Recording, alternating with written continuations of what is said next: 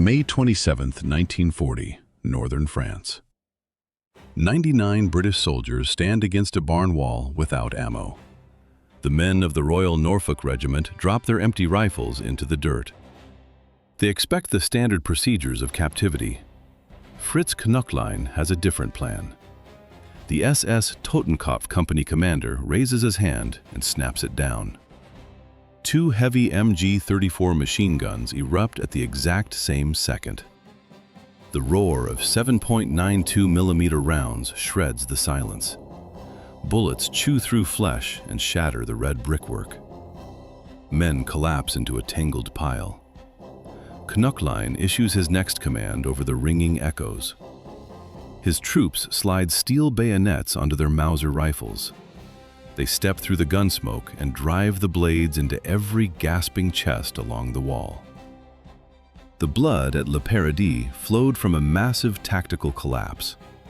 Allied command misread the German strategy. They expected trench warfare.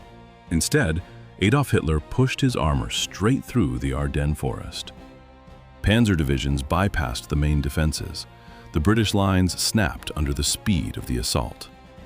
This breakthrough trapped hundreds of thousands of troops against the Dunkirk coast. The evacuation desperately needed time to load men onto ships across the English Channel. The Norfolk Regiment stayed behind to buy those exact hours. They dug in to stall the advancing columns. The math of the firefight guaranteed a slaughter. The Totenkopf Division rolled in with a combat strength exceeding 15,000 men. The British defenders met them with exactly 99 soldiers and empty magazines. They fought until the last bullet left the chamber. They secured the time the main army needed to escape. The price for that delay was collected at the farm.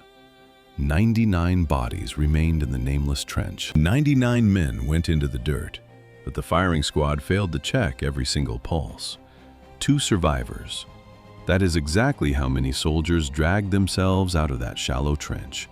Privates William O'Callaghan and Albert Pooley pulled themselves from the pile of corpses in the dark. They hid in a nearby pigsty, while the entire European front collapsed around them. France formally surrendered to the invaders mere weeks later in June 1940.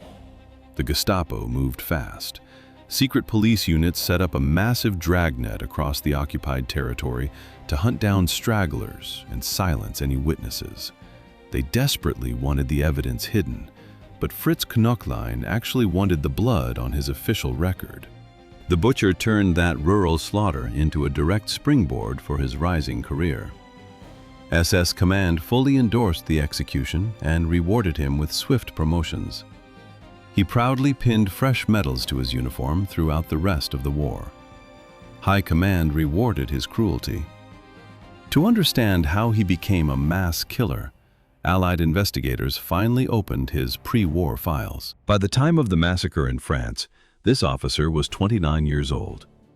Look at Fritz Knöchlein in 1929. Born on May 27, 1911 in Munich, he was exactly 18, standing with empty pockets against a ruined economy. The leap from his quiet childhood to the Great Depression left him entirely vulnerable. Men walked the Munich streets carrying worthless paper marks. They searched for labor that no longer existed. By 1932, unemployment across Germany reached 6 million people, creating an ideal breeding ground for political recruiters. This financial desperation made Knöchlein an easy target for propaganda. He signed the registration papers to join the party, seeking stability in a fractured society. When Adolf Hitler became chancellor on January 30, 1933, the state opened its doors to these loyalists. Knöchlein formally enlisted in the armed bodyguard force of the new regime. He received his first official SS uniform in June 1934. But a party card did not make him an executioner. That required the Braunschweig Foundation. Officially, Braunschweig was a military academy. In reality, they taught how to shoot unarmed people. The American West Point Academy opened in 1802 to train strategic thinkers. American cadets studied logistics, engineering, and the strict rules of engagement. The SS Junker School in Braunschweig had a completely different goal. They created ideological killers. Heinrich Himmler selected these recruits himself. Trainees ran through punishing physical drills in the Braunschweig mud, while instructors deliberately dismantled their moral boundaries. Empathy disappeared entirely. Blind obedience to the state replaced it. They learned to view human pain with total indifference. Fritz Knöchlein absorbed every single lesson.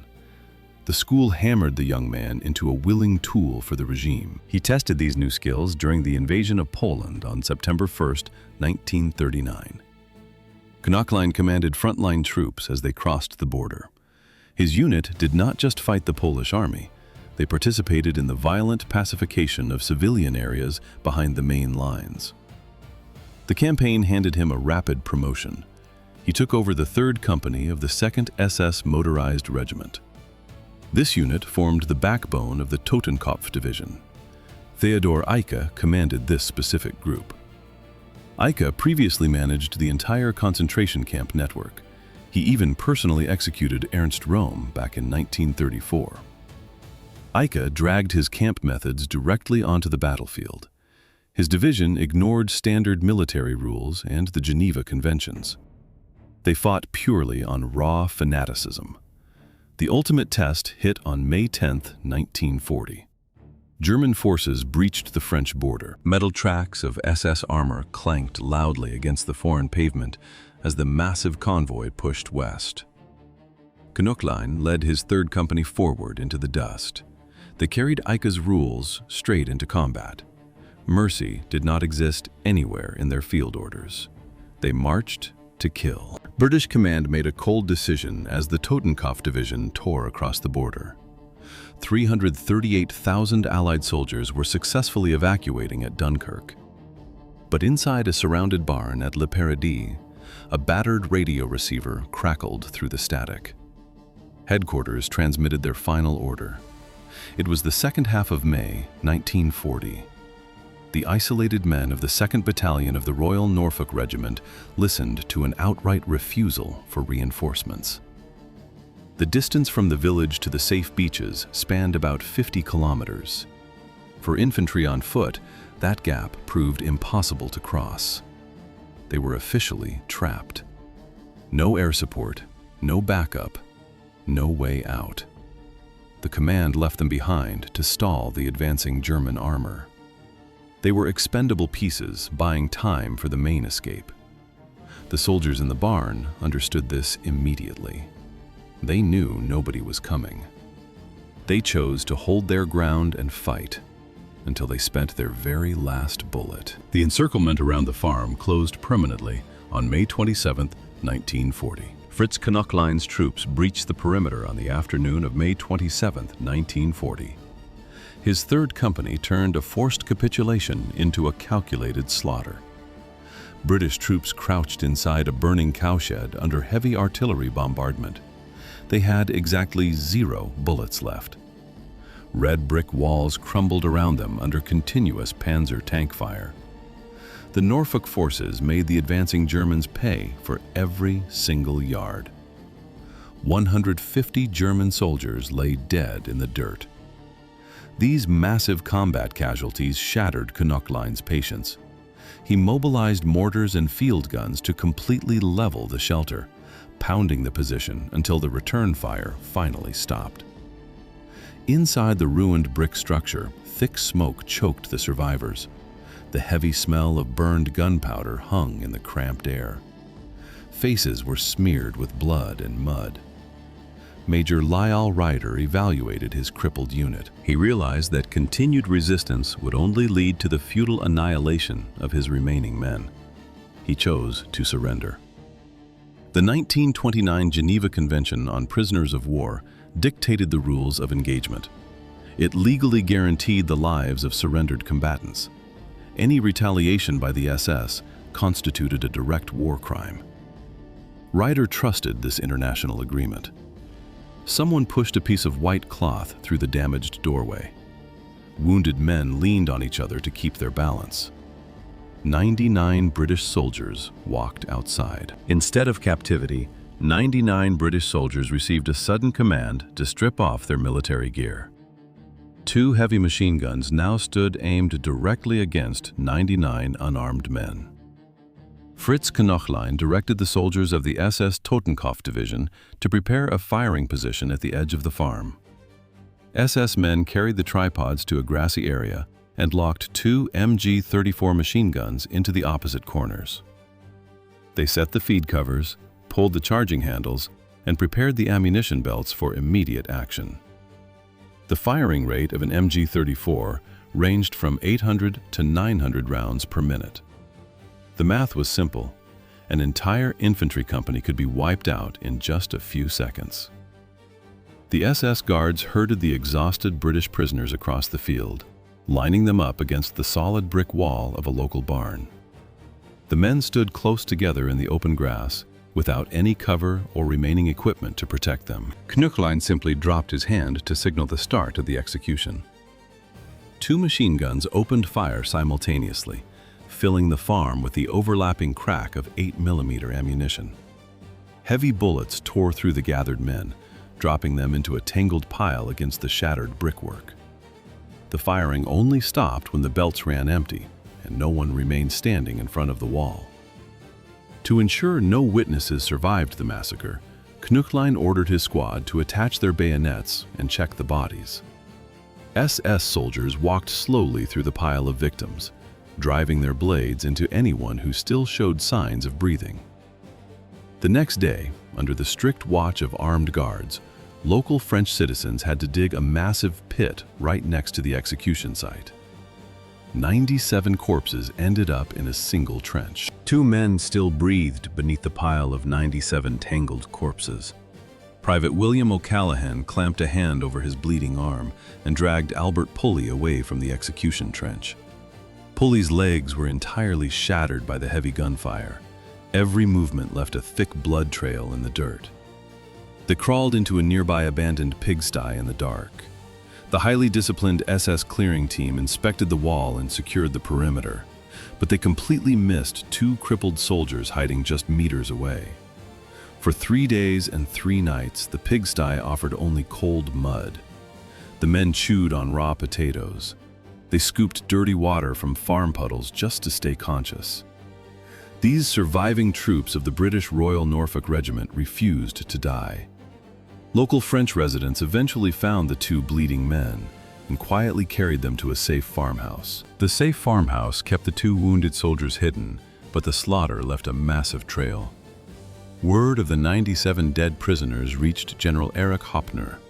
He commanded the Wehrmacht's 16th Motorized Corps during the push through France. Hoppner was furious. He saw the execution as a disgrace to military conduct.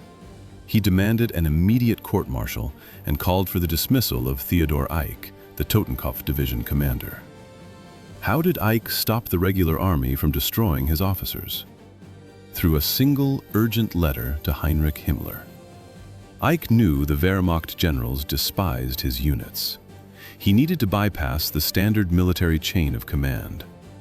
He sat at his desk and drafted a direct dispatch to the head of the SS. Eicke fabricated a completely false narrative to protect his men.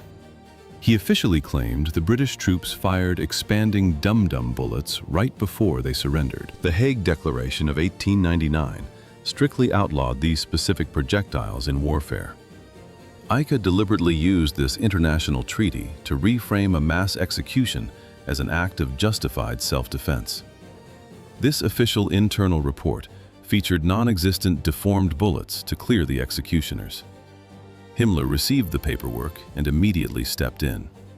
He pulled his political rank and suffocated the army tribunal before a single investigator could examine the ditch. The military case vanished into thin air. Fritz Knöchlein faced zero disciplinary action for ordering the machine guns to fire.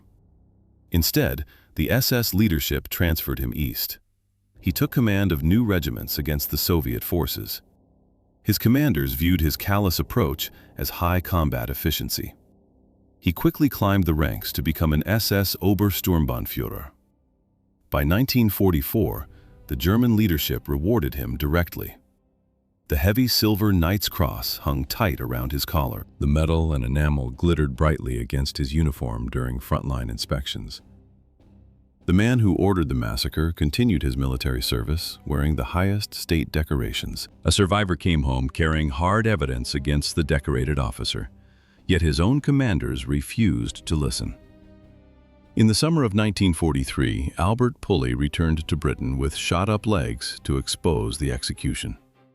By that time, the British government was already receiving reports about mass executions across the East. But London Command still considered the Western Front a safe zone of chivalrous traditions. They assumed regular German forces would never break the old rules of engagement. Military clerks simply dismissed the urgent warnings. London officials wrote off the injured soldier's testimony as post-traumatic paranoia. This desk blindness gave the killer 2 extra years of complete safety. The official hunt stalled until William O'Callaghan finally walked out of a prisoner camp in 1945. A second witness appeared. The survivor's statements finally gained legal weight after Germany surrendered in May 1945. Fritz Knöchlein stripped off his SS lieutenant colonel tunic. He pulled on the standard-issue uniform of a common private. He buried his past. He hid among thousands of regular captives inside a prisoner of war camp in Sheffield. The disguise worked. Then British military intelligence filtered the camp rosters. They pulled him from the crowd and sent him south. Heavy metal locks clanked shut inside the London cage. The military ran this secret interrogation center out of luxury mansions in the wealthy Kensington district. Interrogators tore apart his cover story. They spent 3 full years tracking his past and matching his movements against the gathered evidence. Investigators officially signed the war crimes indictment. The signed indictment finally brought him to the Hamburg court on October 11, 1948. Fritz Knöchlein stood before the military judges and flatly denied ever setting foot on the Paradis farm. He quickly shifted focus away from the massacre. Knöchlein complained about interrogations. He claimed guards drenched him in freezing water. He said they forced him to carry heavy logs until he passed out. The courtroom doors opened. The prosecutor called Albert Pulley to the stand. A dull thud of a wooden cane echoed across the floor. Pulley used that cane because a German bullet had shattered his knee. He could not walk without physical support. William O'Callaghan followed him inside. The 2 men the SS commander failed to kill now stood right there. French farmers also traveled to Germany to point at the accused. The defense had no arguments left. The judge sentenced Fritz Knöchlein to death by hanging. He was 37 years old. The death sentence was carried out on January 21, 1949, inside the closed courtyard of Hamburg prison. Fritz Knöchlein stepped up onto the bare gallows. Executioner Ted Rohr stood waiting for him. The whole procedure moved fast. Knöchlein prepared his final act of defiance. He took a deep breath, getting ready to scream a loud German curse at his captors. "May God punish!" Rohr did not let him finish the sentence. He yanked the heavy metal lever. The wooden trapdoor snapped open with a sharp, dry crack. Gravity pulled the man straight down. The word England physically stuck in his throat as his body fell into the empty void below. The rope tightened in dead silence. Knöchlein's execution in 1949 did more than just drop a lifeless body through a wooden trapdoor. His death legally closed the Paradis investigation file forever. The judges and lawyers moved on from the Hamburg courtroom. Today, those same legal documents sit quietly on modern archive shelves in London. Investigators documented exactly what happened during that afternoon in the French trench. The executioners used machine guns and bayonets to ensure no one walked away. 97 soldiers of the Royal Norfolk Regiment died at the farm. The trial balance sheet came down to a stark numerical reality. 2 men survived the massacre. 97 men died in the dirt. Those two nameless witnesses provided the only testimony that mattered to the prosecution. They dragged themselves out of a mass grave to point a finger at the executioner. Their spoken words built the entire legal case against the SS commander. Without their survival, the massacre would have remained just another unverified wartime rumor. Now, the legal process is finished. The paper materials of interrogations and testimonies eventually left the courtroom boxes. They settled permanently on the cold shelves of the British National Archives.